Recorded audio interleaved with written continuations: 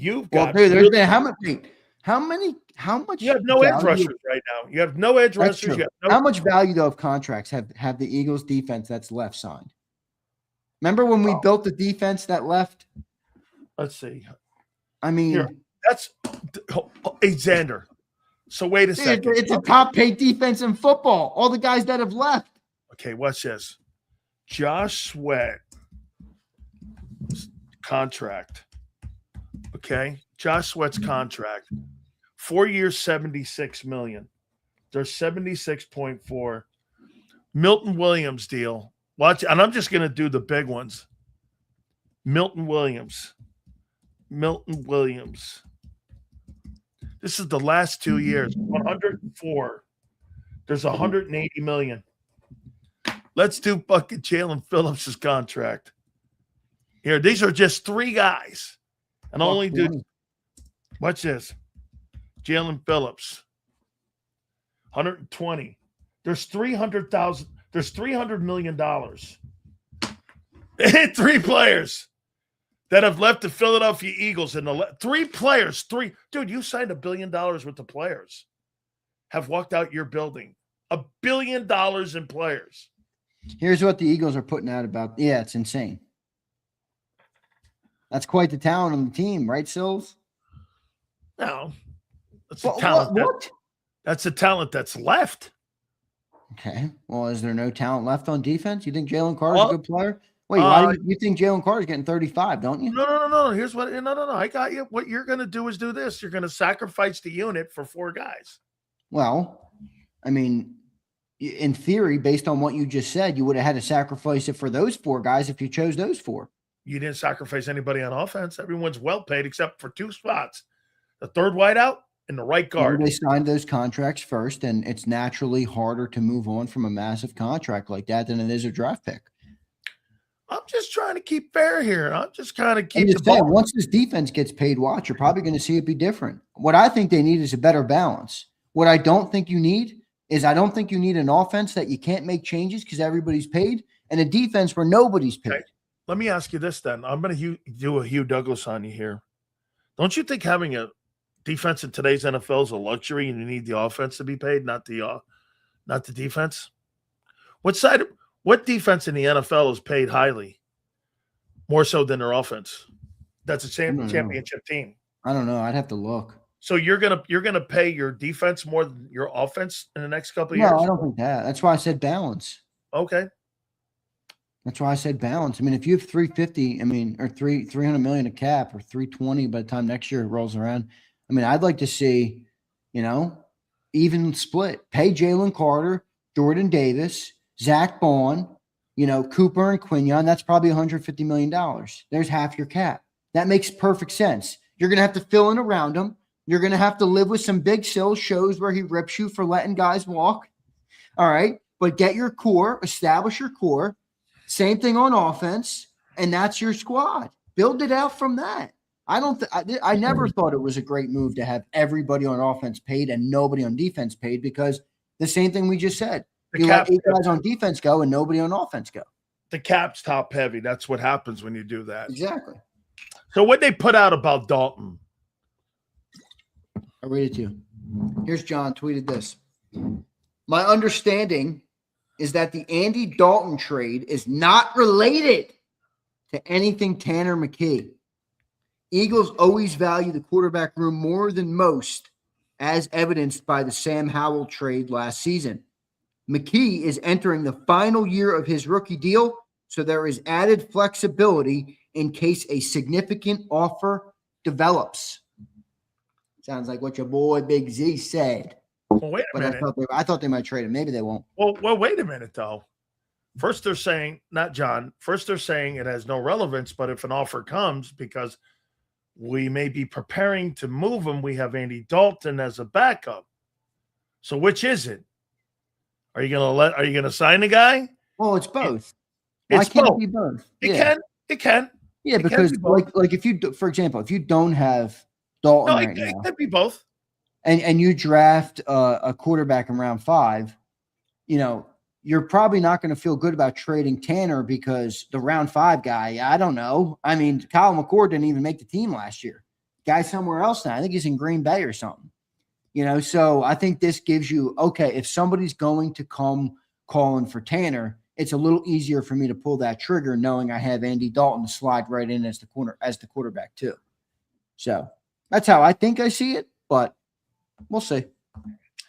Is Sean Mannion going to run the offense through Barkley or AJ? And I'm going to do this.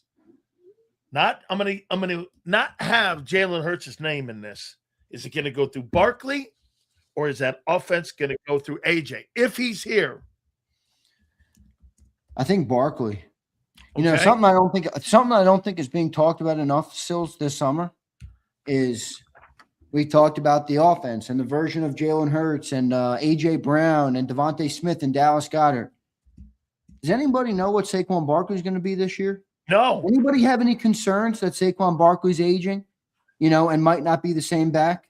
Anybody have concerns that a team that's needed the run game to be successful might not have, that running back? I'm not saying Saquon's not going to be good, but I'd be lying to you if I said I don't have any reservations about what that player, is going to be moving forward. I mean, look at the history. I mean, running backs don't play that well into their 30s. Saquon's 29, coming off a year where, he ran for 2,500 2 years ago, and it didn't look all that great last year.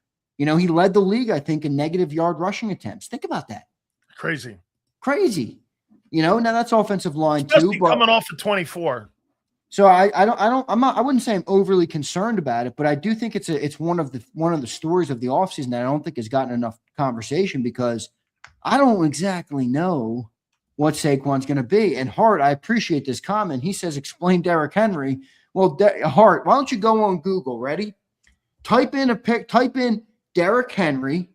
All right. Take one look, and that's your explanation. All right. That guy is not everybody. Yes. Derrick Henry is literally could be made in a lab, dude. I mean, respect to Saquon, but he ain't built like that. No. So that's your answer. I don't know what Saquon's going to be this year, Sills. I don't either. I have no idea, but I don't. Hey, before we get to the supers, how about them Cowboys, man, and what they're doing this offseason here, man? Oh my gosh. Are you declaring them a winner in March again? Don't do it, dude.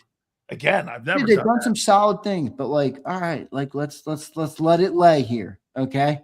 Let's let it lay. Last year, about a week before the season, they traded away their best player. All right, let it lay. And they got better. Let it lay. And they got better. Okay, I'm just saying they didn't make their outlook for that season look better, did they? Nope.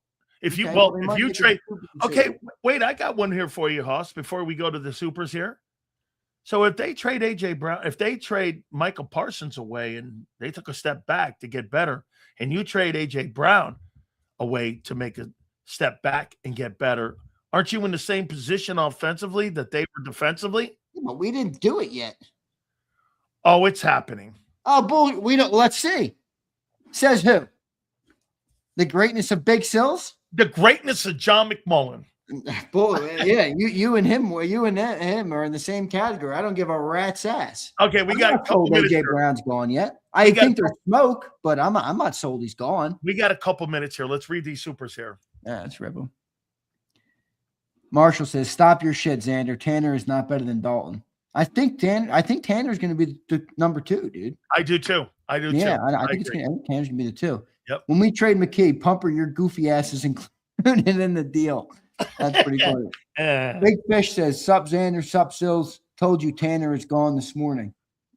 Ooh. Tanner's gone this morning, going to the Jets. Fleming said, "Where is the equity and trust from Stevie, Sills?"